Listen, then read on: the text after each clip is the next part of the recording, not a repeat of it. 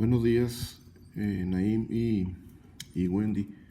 Vamos a continuar con el siguiente punto del tema 3 y vamos a realizar el ejemplo para obtener la función de transferencia de un convertidor reductor, convertidor buck. Esto en modo de operación, en modo continuo.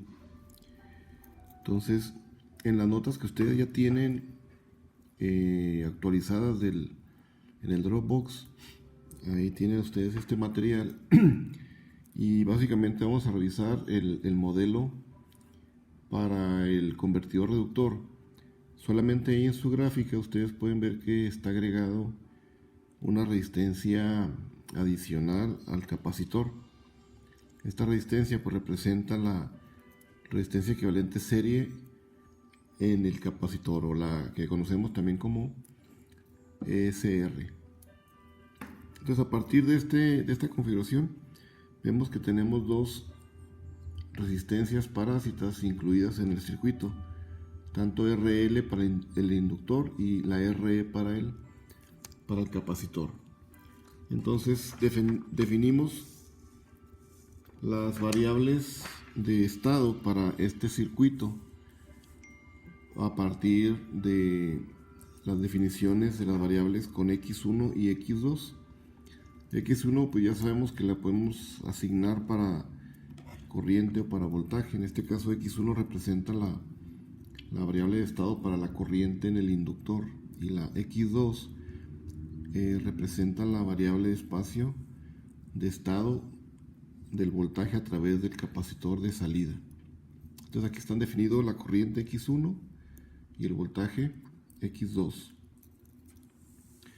De las propiedades que ya conocemos del inductor y del capacitor, pues definimos tanto la tensión y la corriente en el inductor y la tensión y la corriente en el capacitor. A partir de ahí pues definimos de la corriente del inductor la variable de estado X1 y su respectiva derivada de esa variable. Lo mismo para la X2, ¿verdad? Definimos el voltaje del capacitor como la variable de estado X2 y de ahí su derivada X2. Lo mismo puede definir la corriente en el capacitor, que no es más que el producto del voltaje la derivada del voltaje del capacitor por el valor de su capacitancia. Así también el voltaje en el inductor pues será la cantidad de inductancia que tenemos por la derivada de la corriente de ese inductor.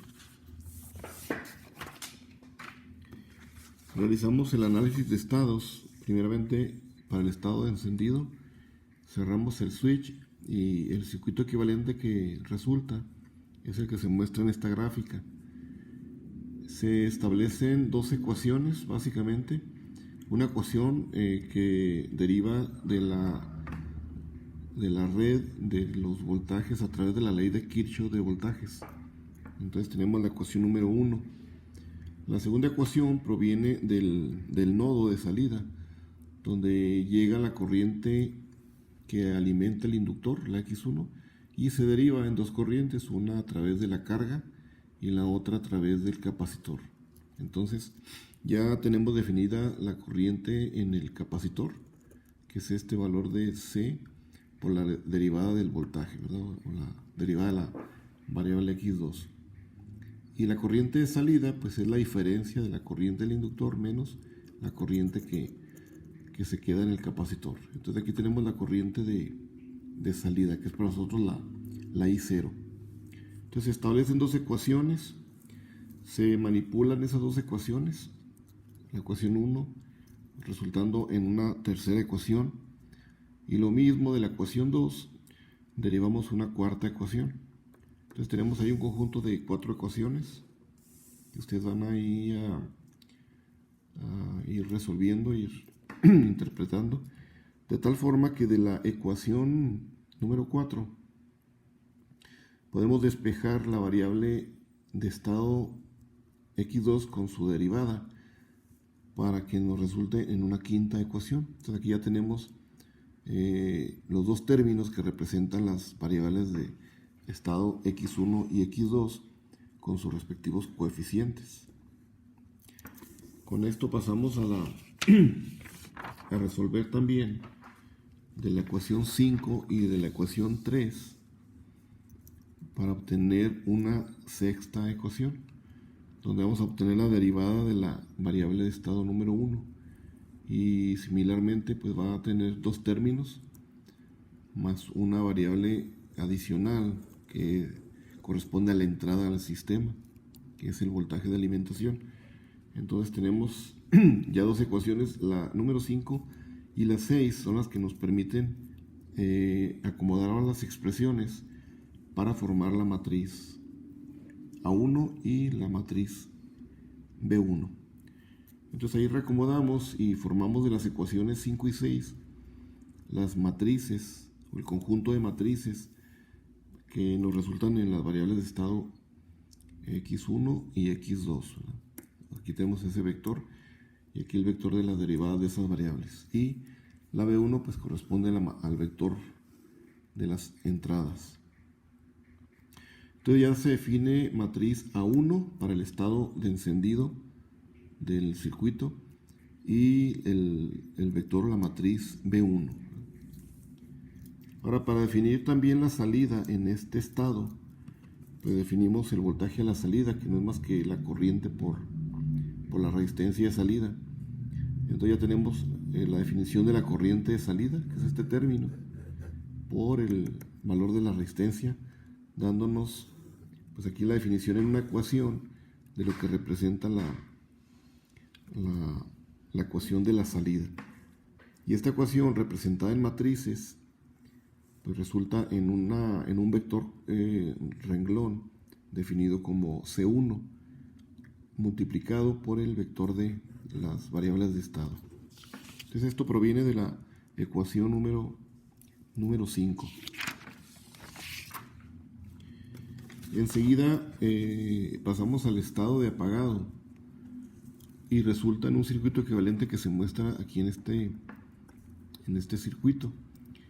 Entonces solamente queda conduciendo el diodo, permite que la corriente en el inductor siga fluyendo, pero nos queda solamente este circuito. Simplemente por inspección ustedes pueden revisar el circuito anterior en el estado de encendido. La matriz A1 es exactamente la misma matriz que se forma en el circuito de apagado, es decir, tenemos A2 igual a 1.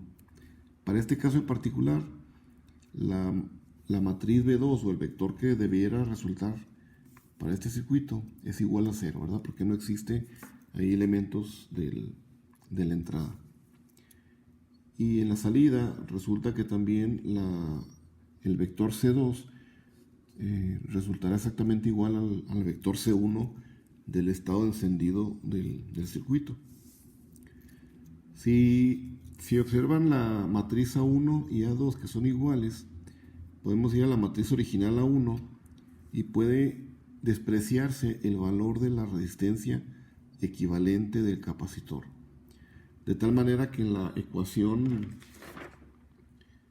o más que nada ahí en la matriz A1 que tenemos en esta lámina, todos los elementos de RE que se asuman como muy pequeños, el producto entre estas dos cantidades que son muy pequeñas, pues prácticamente se desprecia. Lo mismo aquí en el denominador, este valor comparado con R0, pues es mucho mayor R0 que RE, entonces se puede despreciar este valor. Entonces de ahí se cancela esta R0 con la del denominador, quedando en el numerador solamente la suma de las dos resistencias parásitas del sistema. Estas dos resistencias no se eliminan. Si ustedes ven aquí la matriz resultante, asumiendo que se desprecia el valor de RE, este valor sí queda porque debe representar un valor todavía, aunque sea muy pequeño, debe estar incluido dentro del coeficiente de la matriz A1. Entonces solamente aquí se deja, ¿verdad?, para poder tener un valor. De la ecuación general de la forma canónica de la del sistema de variables de estado se formula la relación que existe ahora en pequeña señal del voltaje de salida en el dominio de Laplace con respecto al ciclo de trabajo. Entonces vamos a encontrar esta relación que ya tenemos una fórmula general que intervienen la matriz C, la matriz A, la diferencia de las matrices A1, A2, B1, B2 y los vectores de salida C1 y C2.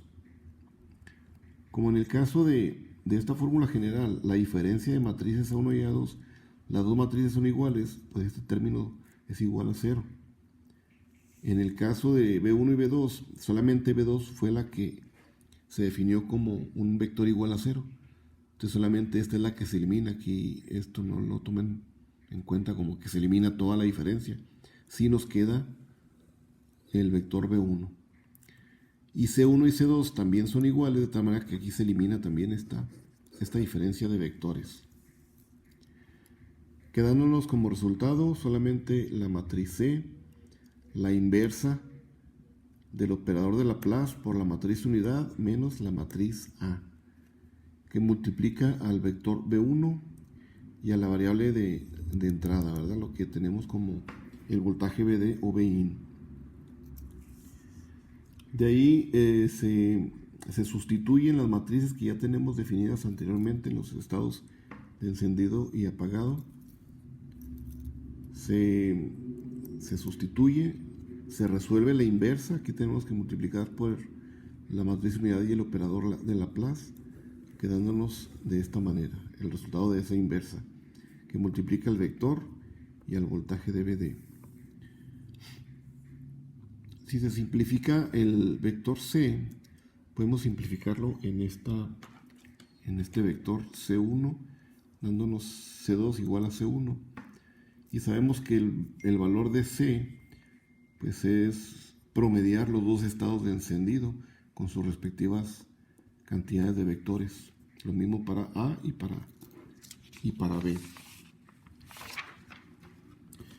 Cuando ya se tiene simplificado las matrices de la ecuación canónica o de la forma canónica, entonces se empiezan a hacer las multiplicaciones correspondientes para desarrollar y simplificar y llegar a esta expresión final, ¿verdad? Entonces nos queda una expresión que, si revisamos, nos queda en el denominador un término que representa el 0, y en el denominador nos queda una ecuación de segundo orden que nos indica que existen dos polos en el sistema.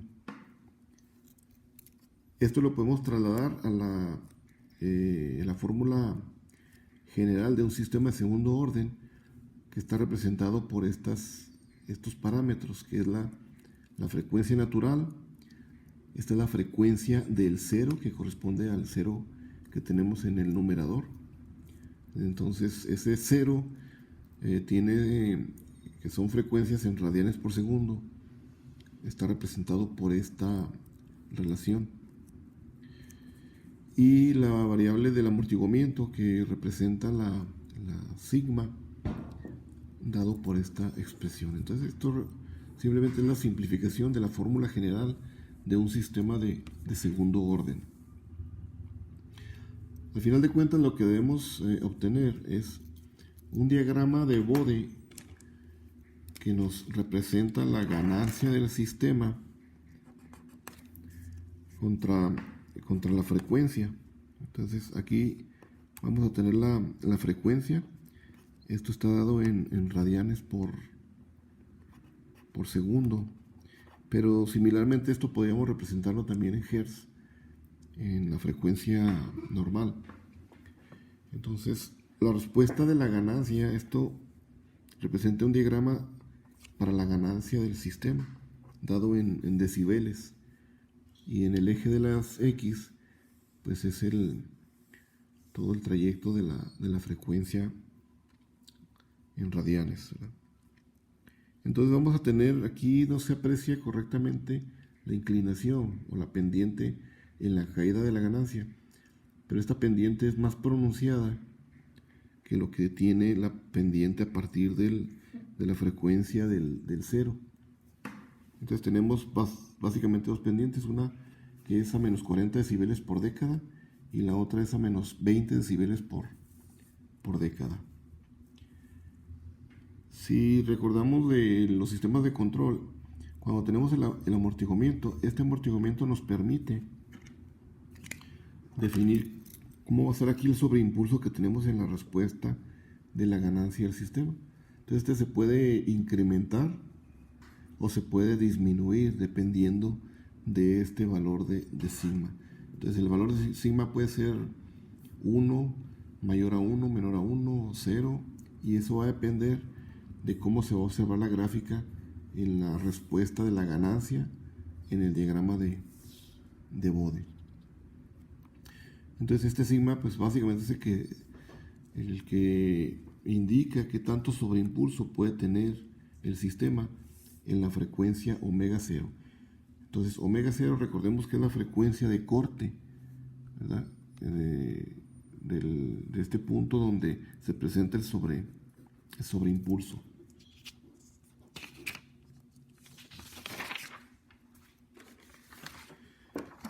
Finalmente la función de transferencia que estamos obteniendo de la planta o del convertidor o de la etapa de potencia la definimos como la OL, ¿verdad? Que es una función de transferencia en lazo abierto, ¿verdad? O en open loop. Si asumimos que el controlador va a estar dentro del lazo cerrado del sistema, nos quedaría prácticamente un diagrama bloques de control, como se aprecia en esta figura. Entonces lo que acabamos de obtener es la relación de la función de transferencia de la etapa de potencia, la relación de la salida con respecto a un ciclo de trabajo. Y al agregar nosotros la etapa de un controlador definido con una ganancia KC, podemos incluirla dentro de esta línea. Podemos cerrar este lazo en esta configuración, donde al final de cuentas estamos censando el voltaje de la salida, lo retroalimentamos, lo comparamos contra un voltaje de referencia, y este punto de suma, que en realidad estamos sumando un valor de referencia con un valor de salida pero negativo, nos va a dar el error del sistema. Entonces de aquí se puede observar que se forma el producto de una GDS HDS, que es la parte de retroalimentación. Entonces esto nos da en el sistema de control una función de transferencia que interviene una constante KC, y en este corchete abierto, o más bien en este par de corchetes que está en blanco, es donde se coloca la función de transferencia que acabamos de obtener, la TPDS, o es la función de transferencia de potencia del convertidor. Entonces esto nos va a permitir evaluar en lazo abierto nuestro sistema que acabamos de modelar del convertidor reductor, así como lo hicimos para el convertidor elevador o el boost. Y de aquí podemos nosotros evaluar los márgenes de ganancia y de fase del sistema, los cuales se estarán moviendo en la misma medida que el lazo cerrado. Entonces podemos evaluar el lazo cerrado o el lazo abierto, y se van a estar moviendo de la misma manera en sus ganancias, en sus márgenes de fase y de ganancia. Aquí como una nota, ¿verdad? Si nosotros ya elaboramos el método de variables de estado para dos convertidores, que fue el bus y el buck, podemos hacerlo también para el convertidor Chuk. Pero este convertidor, si recuerdan, tiene 4 elementos que almacenan energía: 2 inductores y 2 capacitores. Entonces, si lo realizamos por el método de variables de estado, el método nos va a llevar a tener una matriz de 4x4 en A1, en A2, Y eso nos va a complicar el modelar el convertidor Chu con este método. Entonces, más recomendable utilizar el método del switch que vimos en el primer caso del modelado de los dos métodos. Y con esto simplificamos el modelado del convertidor Chu para obtener la función de transferencia. Muy bien, estas notas pues las pueden ustedes ahí revisar en su plataforma del Dropbox, que ya están actualizadas.